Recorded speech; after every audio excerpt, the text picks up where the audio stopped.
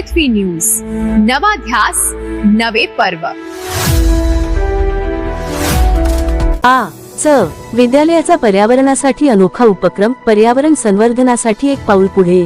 श्री मळाईदेवी शिक्षण संस्थेचे विद्यालय मलकापूर आणि कन्या शाळेच्या संयुक्त विद्यमाने आयोजित करण्यात आलेल्या या रॅलीला नागरिकांचा उत्स्फूर्त प्रतिसाद लाभला।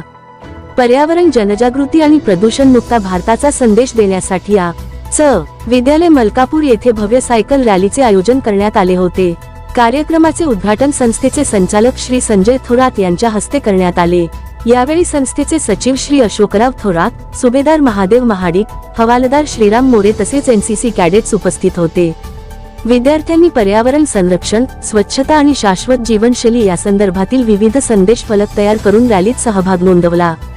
पर्यावरण वाचवा, सायकल चालवा, प्रदूषण मुक्त भारत घडवा अशा घोषणांनी परिसर दणाणून गेला। सकाळी 10 वाजता विद्यालय मलकापूर येथून सुरू झालेली ही सायकल रॅली बैल बाजार रोडपर्यंत काढण्यात आली। विद्यार्थ्यांसह शिक्षकांनीही मोठ्या उत्साहाने सहभाग घेत नागरिकांमध्ये पर्यावरणाबाबत जागृती केली। यावेळी उपस्थित मान्यवरांनी प्रत्येकाने पर्यावरण संवर्धनासाठी पुढाकार घेण्याचे आवाहन केले। सायकलचा अधिकाधिक वापर करून इंधन बचत आणि वायू प्रदूषण कमी करण्याचा संदेश या रॅलीतून देण्यात आला।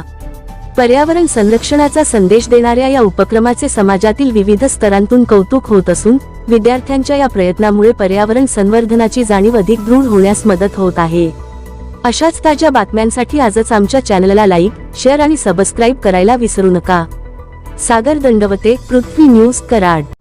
आज आमच्या मळाईदेवी शिक्षण संस्थेच्या सर्व विद्यालयामध्ये मलकापूर आणि परिसरामध्ये वेगवेगळ्या रॅलीज आज सुरू झालेल्या आहेत। एकाच वेळेला गावामध्ये सर्वत्र रॅली करण्याचा उद्देश एकच आहे की पर्यावरणाचे आता जागृती करणं, पर्यावरण वाचवणं, पाणी वाचवणं, जीवन वाचवणं अत्यंत महत्त्वाचा भाग आहे आणि विद्यार्थ्यांच्यावर कोवळ्या वयामध्येच हे संस्कार झाले पाहिजेत।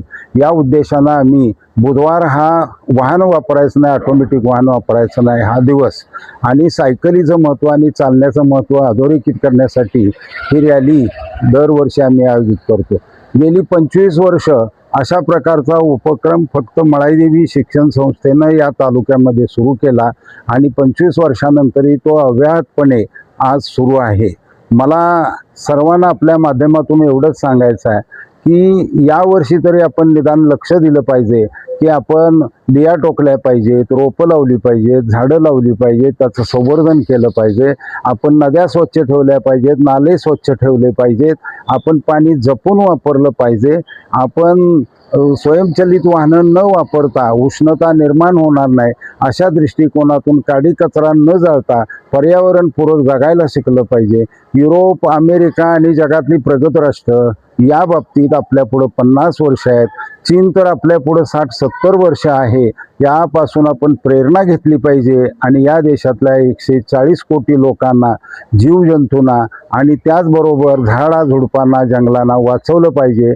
धन्यवाद।